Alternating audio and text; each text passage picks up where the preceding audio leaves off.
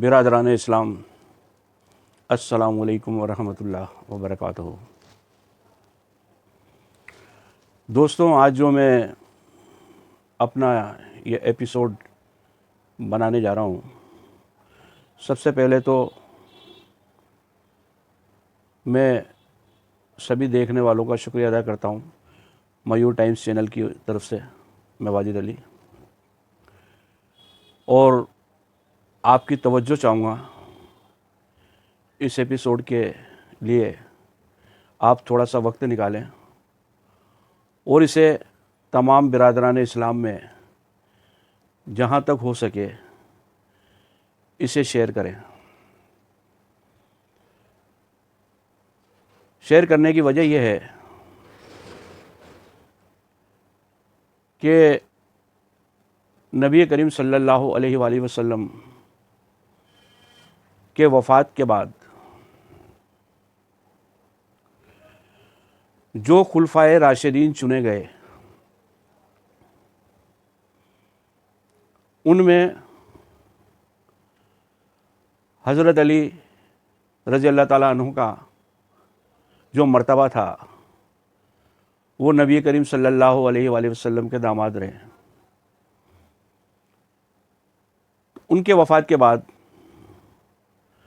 اگر انہیں خلیفہ چننا ہوتا تو وہ اپنے داماد کے لیے وصیت کرتے،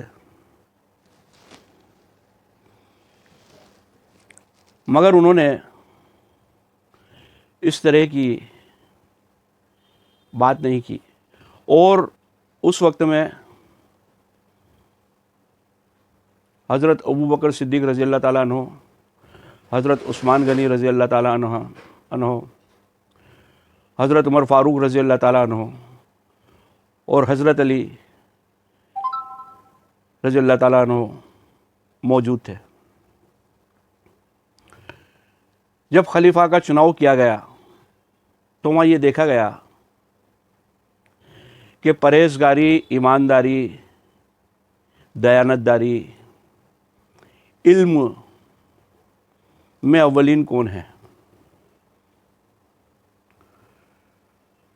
اس وقت یہ طے کرنے کے بعد سب سے پہلا نام آیا حضرت ابو بکر صدیق رضی اللہ تعالیٰ عنہ کا، اور انہیں وہاں کا خلیفہ چن لیا گیا۔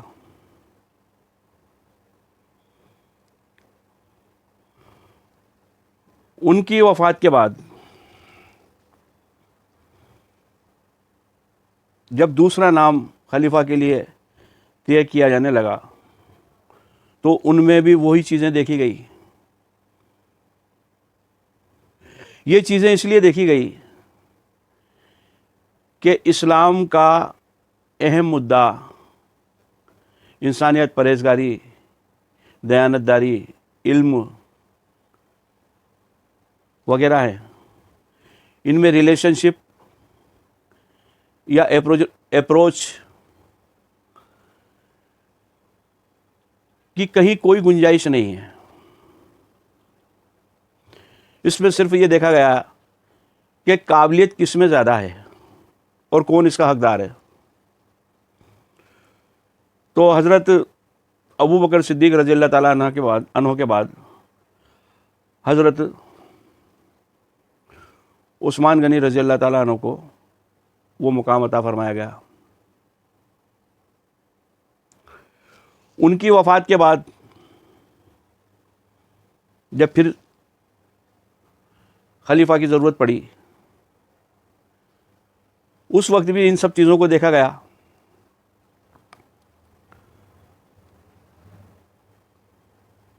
اور حضرت عمر فاروق رضی اللہ تعالیٰ عنہ کو وہ مقام عطا کیا گیا،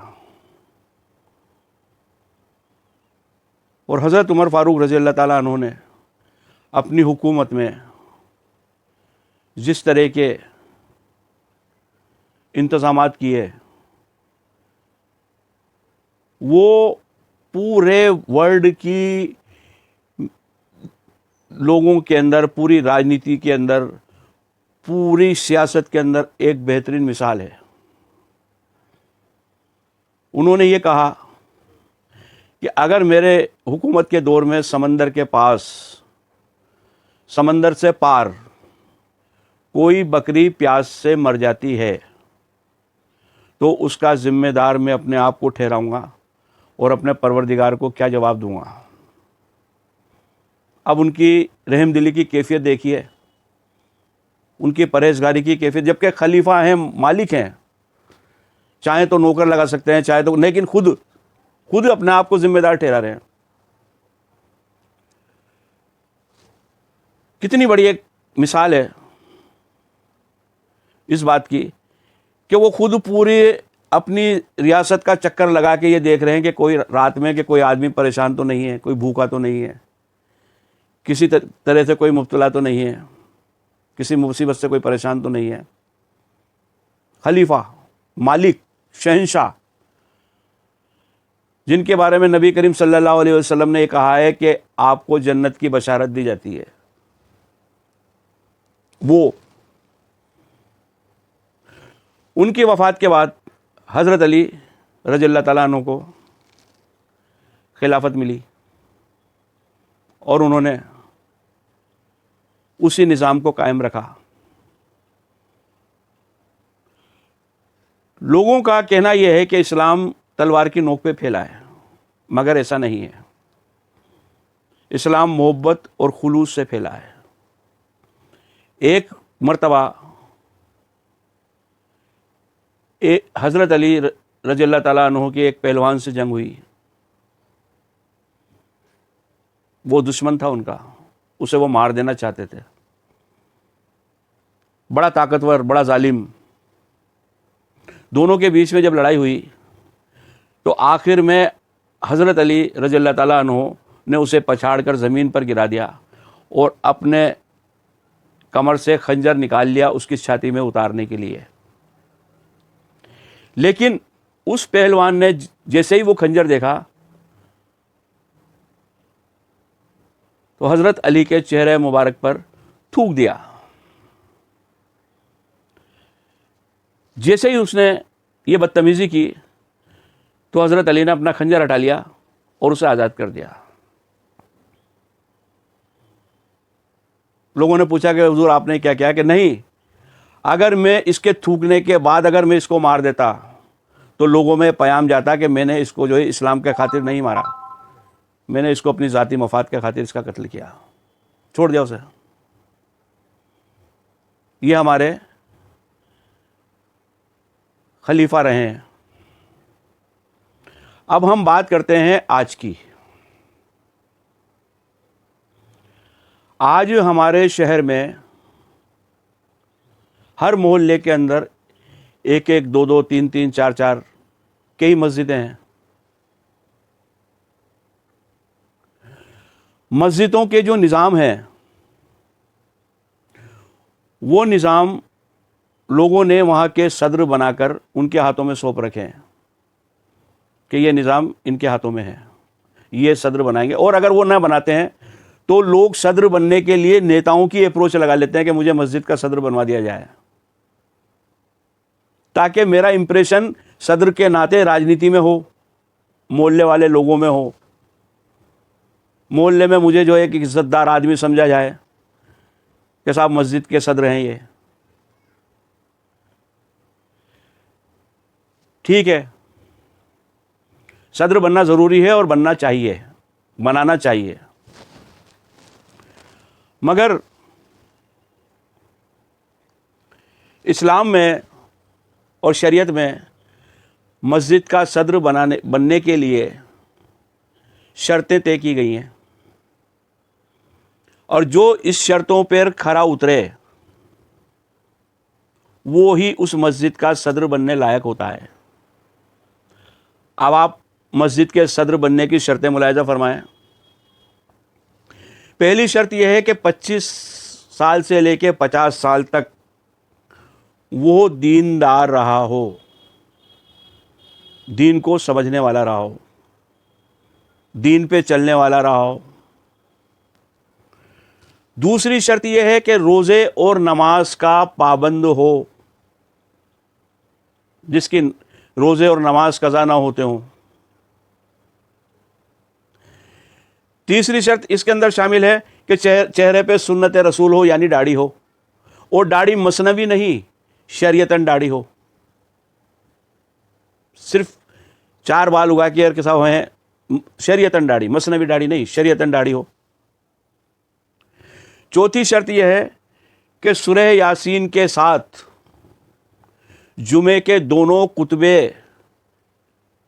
منہ زبانی پڑھنے والا ہو۔ جمعے میں جو 2 خطبات پڑھے جاتے ہیں وہ اور سورہ یاسین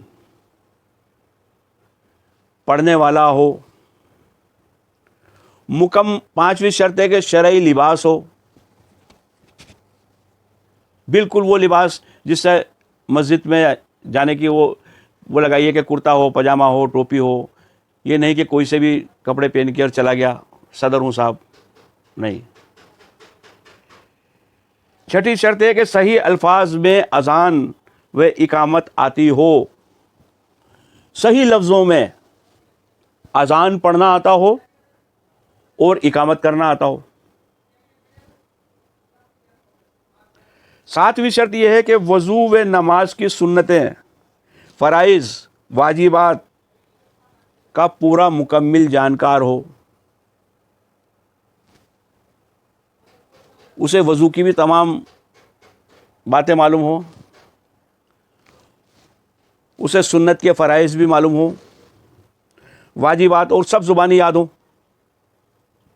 کیونکہ جو بھی لوگ وہاں جائیں اور انہیں ان باتوں کا علم نہ ہو تو وہ انہیں محبت اور خلوص کے ساتھ بتا سکیں، سمجھا سکیں، کیونکہ خود کو ہی معلوم نہیں ہے تو دوسروں کو کیا بتائیں گے۔ اچھے اخلاق ہوں، لوگوں میں اس کی عزت ہو۔ عزت اس لیے نہ ہو کہ وہ بہت بڑا پیسے والا ہے، یا اس کی منتری سے اپروچ ہے، یا پیسے کی بنا پہ اس کو بنایا گیا ہے، وہ مسجد میں پیسہ خرچ کرتا ہے اس لیے اس کی عزت ہو، اس کے اخلاق کی وجہ سے عزت ہو۔ اسلام میں پیسے کو تو ترجیح نہیں دی، اس کے لوگوں سے، آس پاس لوگوں سے کیسی ملنساری ہے، وہ کسی کے دکھ درد کو کیا سمجھتا ہو، کسی کے کیا کام آتا ہو۔ یہ نہیں کہ اس کی منتری سے اپروچ تھی، اس کی وقف بورڈ کے چیئرمین سے اپروچ ہے اور وہ وہاں سے سرٹیفکیٹ لے کے آ گیا اور صاحب تو یہی بنے گا، اس سے بہترین آدمی نہیں مل رہا۔ وہ بہترین آدمی نہیں ہے اور صدر بننے کے لائق بھی نہیں ہے۔